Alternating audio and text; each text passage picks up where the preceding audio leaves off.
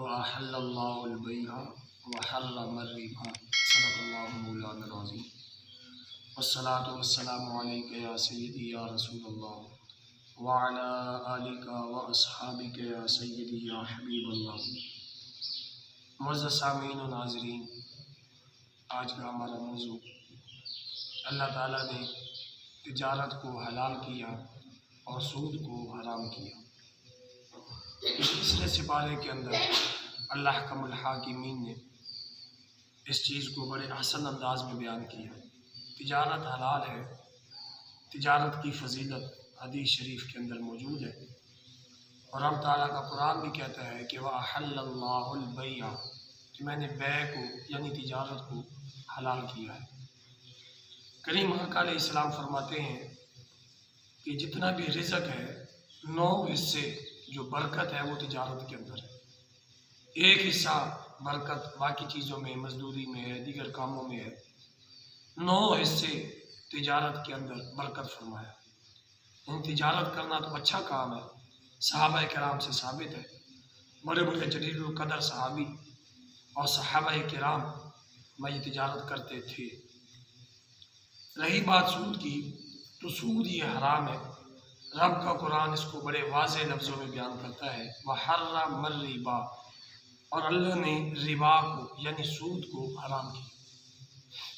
اب لوگوں نے سود کا نام تبدیل کر کے لوگوں کو یہ کہنا شروع کر دیا کہ یہ سود تو نہیں ہے، یہ تو آپ کی اسٹیٹ لائف ہے، آپ کی آنے والی زندگی محفوظ بنانے کے لیے ہم نے یہ چیزیں بنائی ہیں، گولڈن جوبلی ہے، پتہ نہیں کیا کیا چیزیں آئی ہوئی ہیں۔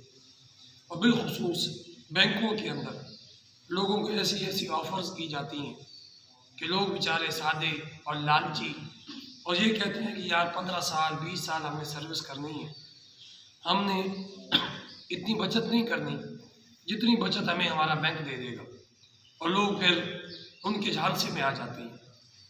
اب اس پر کچھ لوگ کہیں گے کہ نہیں جی یہ پر یہ دلیل ہے، وہ دلیل ہے، فلاں کام ہے۔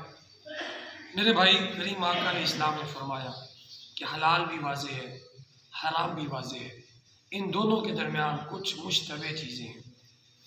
اب مشتبہ چیز جو ہے، کریم آقا علیہ السلام فرماتے ہیں تقوی کا عالم یہ ہے کہ وہ مشتبہ چیزوں سے بھی بچا جائے۔ جب اللہ پاک آپ کو رزق دے رہا ہے، آج دے رہا ہے، تو انشاءاللہ آپ کے بڑھاپے میں بھی رزق دینے کا ضامن میرا رب ہے۔ آپ کی اولادوں کو ان کی پرورش، ان کو پروان چڑھانا، ان کا بہتر مستقبل دینا، یہ بھی پروردگار کی ذمہ داری، اور وہ اپنے اس نظام کو بہترین چلا رہا ہے۔ آج ہم اللہ تعالیٰ کے جو ہے فیصلوں کے خلاف اپنی ذاتی خواہشات اور اپنی لالچ اور حرص کی وجہ سے کہ ہم سود کی طرف تو نہیں جا رہے، یہ ہمیں سوچنا چاہیے۔ کسی چیز کا نام بدل دینے سے وہ چیز حلال نہیں ہو جاتی۔ کریم آقا علیہ السلام فرماتے ہیں کہ سود کھانے والا اور سود کی طرف راغب کرنے والا، سود کی دستاویزات، کاغذ، پیپر تیار کرنے والا، ان سب کے کریم آقا علیہ السلام نے ممانعت فرمائی ہے، ان سب کے لیے سخت الفاظ ارشاد فرمائے، وعیدیں ہیں ان کے لیے۔ اس لیے سود سے ہمیں بچنا چاہیے، اس میں بہت ساری خرابیاں ہیں۔ سود فرمائے ایک ایسا عمل ہے اس کے اندر بندہ بھائی کا دشمن بن جاتا ہے، رشتہ دار دوسرے رشتہ دار کا دشمن بن جاتا ہے۔ کہ آپ نے کسی سے قرض لیا، قرض حسنہ، اب آپ نے لیا اسے 1000 روپے، دیتے وقت وہ کہے گا مجھے 1000 نہیں چاہیے، 1100 چاہیے، مجھے 1200 چاہیے۔ میں آخر میں صرف ایک بات یہ کہوں گا کہ پاکستان کا قرضہ کیوں نہیں ختم ہو رہا، کہ یہ سارا سود پر ہے۔ آپ 1 ارب روپے قرضہ چکاتے ہیں، 1.5 ارب اور چڑھا ہوتا ہے، کیوں؟ وہ سود ہے، بجائے ختم ہونے کے بڑھتا چلا جا رہا ہے۔ یہ پاکستان کی معیشت اس لیے ٹھیک نہیں ہو رہی۔ آج جتنے بھی حکمران آتے ہیں ان کا پہلا جو ہے وہ انداز اور پہلا کام یہ ہوتا ہے ہم IMF سے قرضہ لے لیں، ہم فلاں ملک سے قرضہ لے لیں، فلاں سے قرضہ لے لیں۔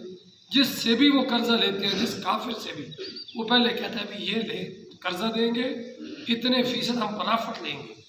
وہ اتنے فیصد پرافٹ ہے وہ سود ہے، اور سود بندے کو نچوڑ کے رکھ دیتا ہے، بندے کو ختم کر دیتا ہے، اس کی معیشت، اس کی زندگی تباہ کر دیتا ہے۔ اس لیے سود پہ قرضہ نہ لیا جائے۔ ہمارے بہت سارے بھائی پاکستان میں رہتے ہوئے، چھوٹے چھوٹے آدمی جن کے چھوٹے محدود وسائل ہیں، وہ کہتے ہیں بینک سے قرضہ لے لیتے ہیں، لیکن وہ قرضہ چکاتے ان کی نسل ختم ہو جاتی ہے، قرضہ مکمل نہیں ہوتا۔ انشاءاللہ یہ موضوع بڑا طویل ہے، کل بھی انشاءاللہ اس پہ گفتگو ہوگی۔ وآخر دعوانا الحمدللہ رب العالمین۔